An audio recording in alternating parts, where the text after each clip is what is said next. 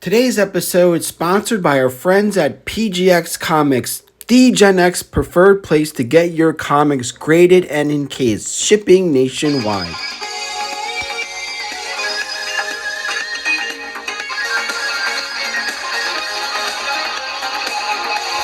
Hello and welcome to another exciting episode of Codename YouTube Hero 2. Hi, I'm your presenter, Shabu. Are you? Well, here we are in 2023. Wow, it's been amazing. And we're going to start off right with this month's PGX unboxing. We're going to be focusing on two of the biggest news makers in 2022. And that would be the announcement that Hugh Jackman is reprising his role in the iconic Wolverine. I mean, come on.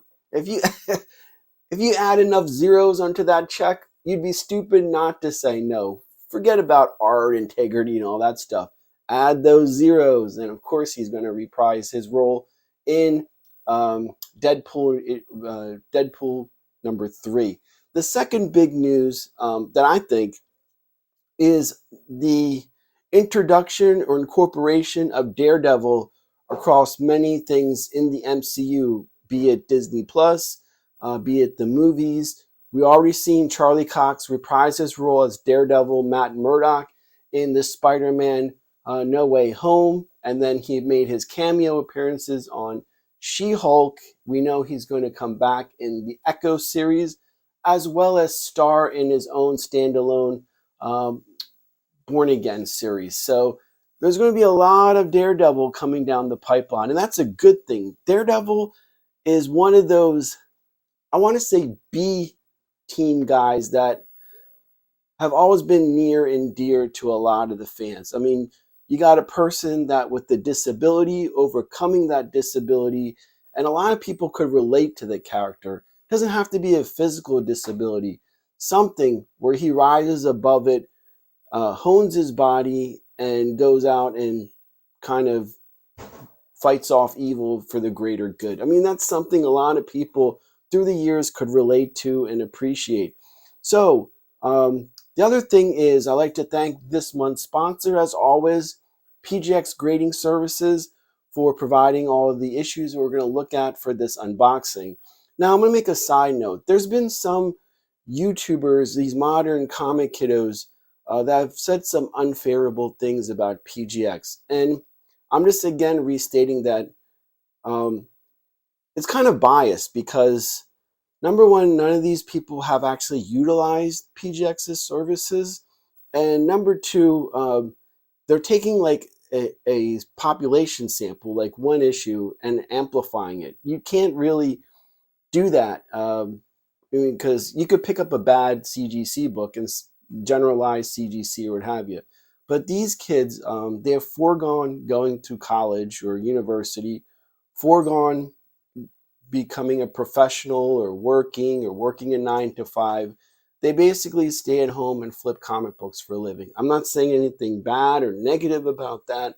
It's just the fact is that they're more interested in getting top dollar today versus, whether this hobby is going to be successful and thrive for future generations and something to pass down. They're more concerned about flipping their book today because that's where they get their money.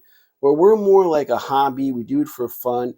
We also want comic books to instill good values to young people, and that's what comics do, and also teaches them good values and life lessons for investing, for when it's time to buy your stocks, mutual funds, 401ks, real estate, classic cars, real things that you want to bank for retirement, not comic books.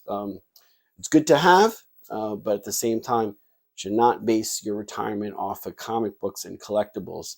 That is, and I'm saying that as a former government auditor. It's a no-no. But again, these videos, just take it with a grain of salt and who they're coming from. For me, I mean, I'm gonna tell you what I've had wonderful service, wonderful product, and as you guys have seen, boxing, PGX, and EGS. Plus, I like to support the small guy, the small American versus a giant corporation. So that's my take on that. Again, your discretion. If you like to use CGC, that's fine. But if you're looking to support smaller companies and you're looking for a long-term, want to see what's good for the hobby long-term, then I would highly recommend using EGS and PGX. So thank you for that. Anyway, so let's begin. Now, like I said, another side aspect of this unboxing is it's a kind of like a mini Frank Miller unboxing as well. And a side note about that, a lot of people have asked me, what is my take on Frank Miller? Because he's written some crazy ass shit, especially in the early 2000s post 9/11. Me being Muslim by faith and actually someone whose father served in the Marine Corps, who has worked in several government agencies and both federal, state, and local. How do I feel about that? Well, truth is, I'm separating that crazy ass shit from his comic book stuff. So we're just going to focus in on him and comics because, again, this channel is an open invitation to everyone, regardless of your color, creed, faith, what have you. This is, all my regulars. I learn as much from you guys as whatever it is you learn from me. We've been doing this since 2015. We have a great community, and I want to continue that in 2023. So let's get started with this month's unboxing. Alrighty, so the first book we're going to showcase for 2023 is going to be DareDevil issue number 230, Born Again. Now, this book came out in May of 1986, of course, with Frank Miller coming back to the Daredevil title after a little time away. Now, this book is interesting in the fact that, of course, the MCU upcoming series is taking the Born Again as its title.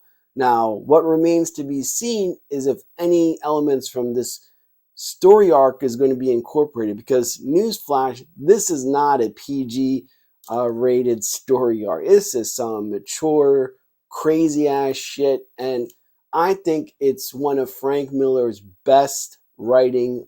I mean, this is really good. We discovered that Sister Maggie is actually Matt Murdock's mother, and there's a scene where I guess another nurse, Nurse Louise, has been put in there by the Kingpin to kind of monitor Nick Manolis, who is kind of like trying to make a squeal on Daredevil's undertakings. Now, this is some cold ass shit. Like, she actually kills Nick in his bed in the hospital because she's been in there. And the way she does it is so hardcore. She puts the phone down so the person that he's talking to on the other end could hear her off Nick. And I think that has always been imprinted in my mind. But this is a wonderful book, a worthwhile book to add to your collection because of the significance of it.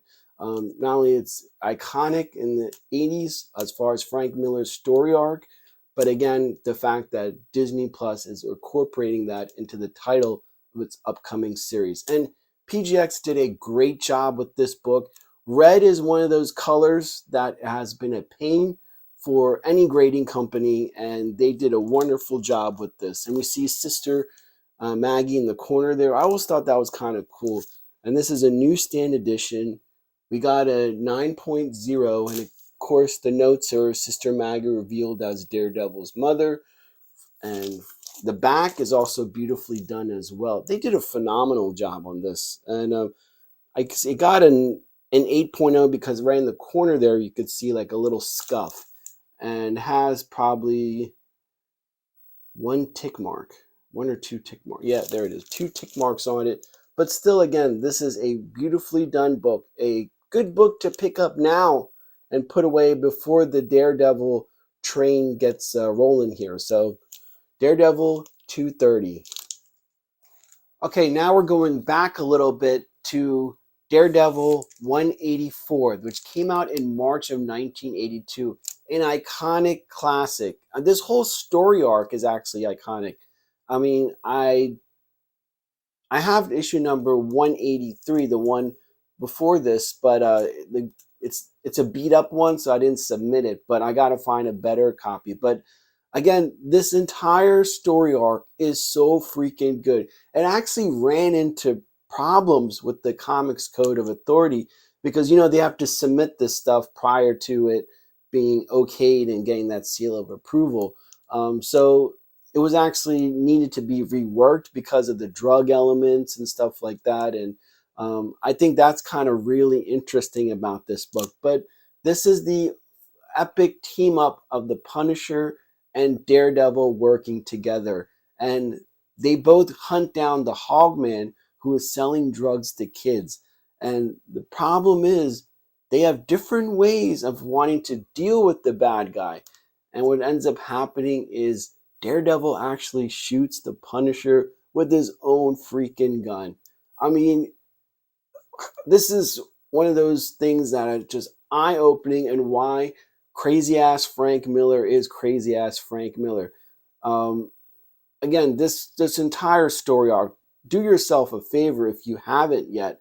Revisit this, read it again, because reading it as an adult is so much more fun. Like, especially with us Gen Xers, like, you may remember bits and pieces. And I said that about the She-Hulk John Byrne run. Like, rereading these things again as an adult is so much fun. It's like rediscovering them for the first time because you missed a lot, or life hasn't really kicked you in the ass where you're able to fully grasp all the writing and just the in-depth of what's going on to really appreciate it. And once you go back, you're going to thank me for it. So again, PGX did a great job with this one. A newsstand, so right off the bat that this is, I love newsstand ones because that's how I purchased comics mostly as a kid, riding my bike to the 7-Eleven, picking up a Slurpee and a stack of comic books. So I know the trend is, newsstand is more sought after, but forget that. It means more to me because that's what I connected with. So when I find a book and it's a nice newsstand copy, I definitely pick it up and send it to get grading. And a 7.0 newsstand, as I mentioned many times in this series that we do, is wonderful. And especially yellow. Yeah, I said red. Yellow is probably number one, red being number two, of the most pain in the ass books to get graded in high grades. So the fact that this got a 7.0 is truly remarkable. And of course, no more Mr. Nice Guy. The legend Alice Cooper. That's an homage to Alice Cooper to all you metalheads out there. So I love that. This is such an iconic cover just to have in the collection. And I think PGX did a wonderful job. Oh, there you go. You can win cash prizes. That's the other thing. When you get our comic books, it's just looking and enjoying the advertisements and, just connecting, remembering your younger self looking through these advertisements and saying, oh, I want how to convince mom you could order one of them. I think I remember one had a knife, and my mom, and I ordered it without their blessing, and the knife came in the mail. And boy, my dad lit me like a Christmas tree. Like, what do you want to join a gang? Beat the shit out of me. Back when beating kids was okay and encouraged. Nowadays, you can't, but whatever. But again, this is a wonderful job and something you should actually pick up and consider yourself because I think these are iconic books and they deserve to be preserved for your collection. So Daredevil 184, and the next one is going to be no surprise. Okay, so obviously the next book we're going to feature is Daredevil issue number 184. Now, of course, the previous story arc with Daredevil is all wrapped up, so we're starting a new story arc, but again, another iconic cover in the Daredevil series. This book came out in April of 1982, and primarily this story arc features Foggy Nelson, who, funny change of events, was portrayed by Jon Favreau in the Ben Affleck series, and now Mr. Star Wars with the Mandalorian and Iron Man 1 and 2, or Iron Man 1, I don't think he directed 2, that's right. So Foggy Nelson is primarily featured as he begins his little investigation into some shenanigans that are happening.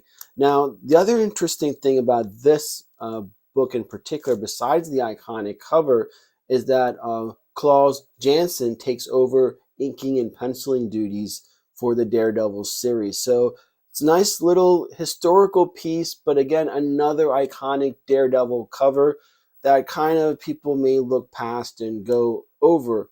But again, it's worthwhile to pick up these Daredevil books now before the Daredevil train really starts picking up, and you're going to get a foot in the door before, because these books are going to trend. I mean, you got Frank Miller and you got Daredevil, who's rising in the ranks as far as popularity in the MCU. We got a wonderful newsstand edition again, beautifully done, 8.5, a very good. I mean, that is it makes me very happy to see that. You have no idea. Beautiful blue cover. Uh, PGX did a wonderful job with this book. Again, all my books get clean and pressed. That's one of the lessons I like to pass down to Gen Xers is, yeah, you may see that extra $6, but it is worthwhile to get your books clean and pressed when you send them in for to get graded. Believe me, it makes a big difference. And you're going to thank me for it later when it's time for you to part with your books, or when your loved ones have to sell off your collection after you kick the bucket. But they'll thank me for it.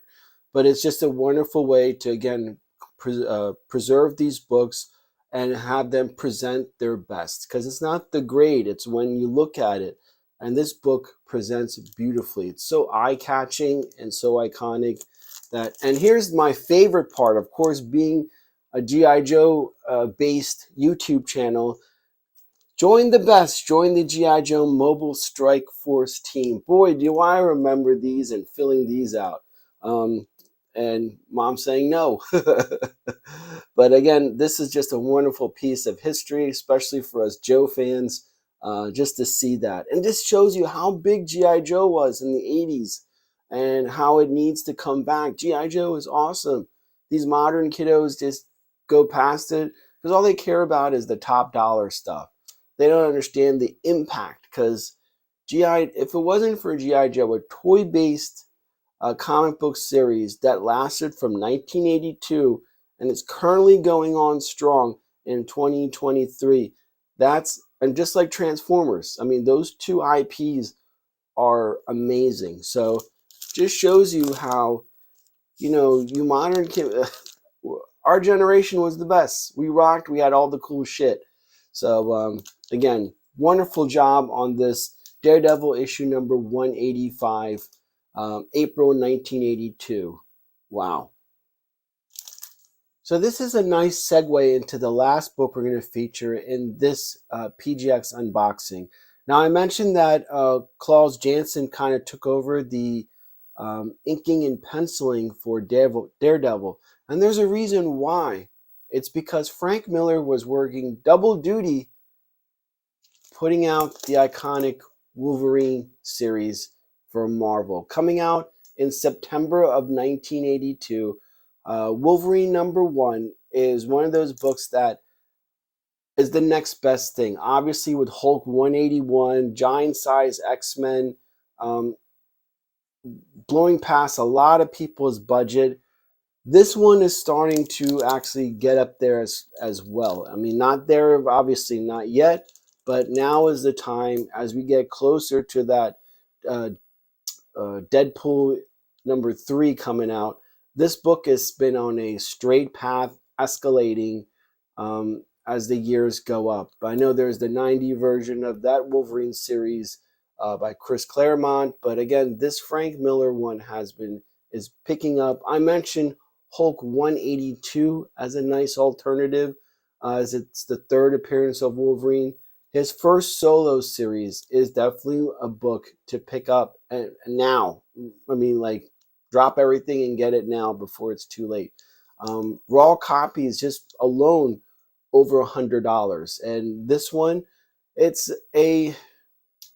for me, this one was kind of a happy to pick up, but kind of sad when I got it back. it had a 5.5 on it, but still it presents great. I mean, that's the crazy part. I got to look at the grader's notes why it got. When I picked up this book, I was thinking like maybe 7, but to get a 5.5 is a little disheartening. But again, it's a newsstand. That's another thing.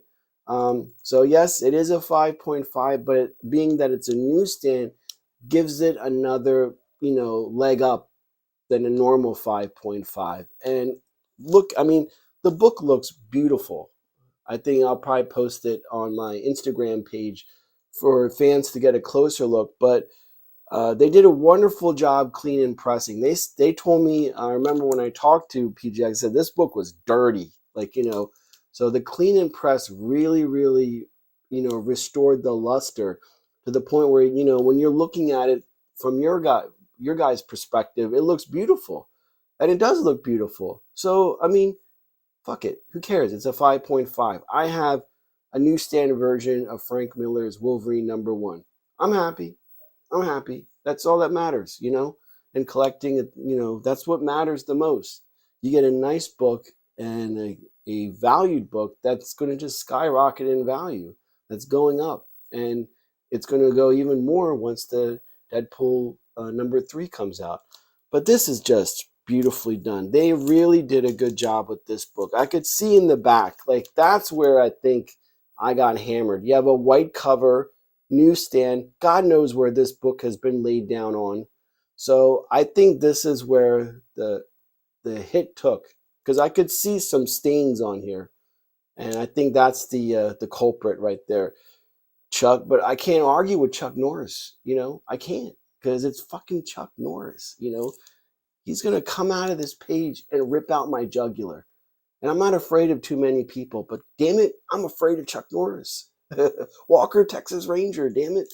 But again, this is a great job. So I'm really happy. And again, I recommend all of you guys, if you have these books, send it in to get graded.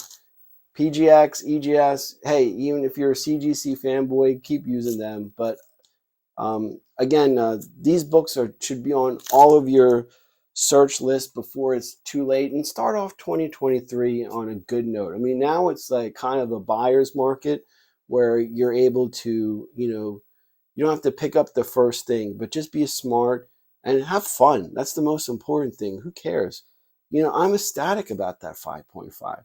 I know to these modern comic kiddos, they're like, oh, why even bother? Like, but I saved an iconic book from, just being in a bag and board to get the respect it truly deserves. And that's what I'm happy about. And it's just cool to show family members, friends, they get just as excited seeing these books. And that's what this is all about, But with that aside, we're going to end our first episode of 2023. Once again, thank you guys. Please hit subscribe if you feel like it, and comment. If tell me something about these books. I'm definitely here to learn as much as enlighten you guys. So I got a good bunch of people that always comment, and I enjoy reading everybody's stuff. It's not to boost the algorithm or whatever. I don't give a shit about that. I just like to read, stuff. So anyway, this is Shabu Are You. Thanks for watching, and we'll see you in the next episode of Codename YouTube Hero 2. Have a good one.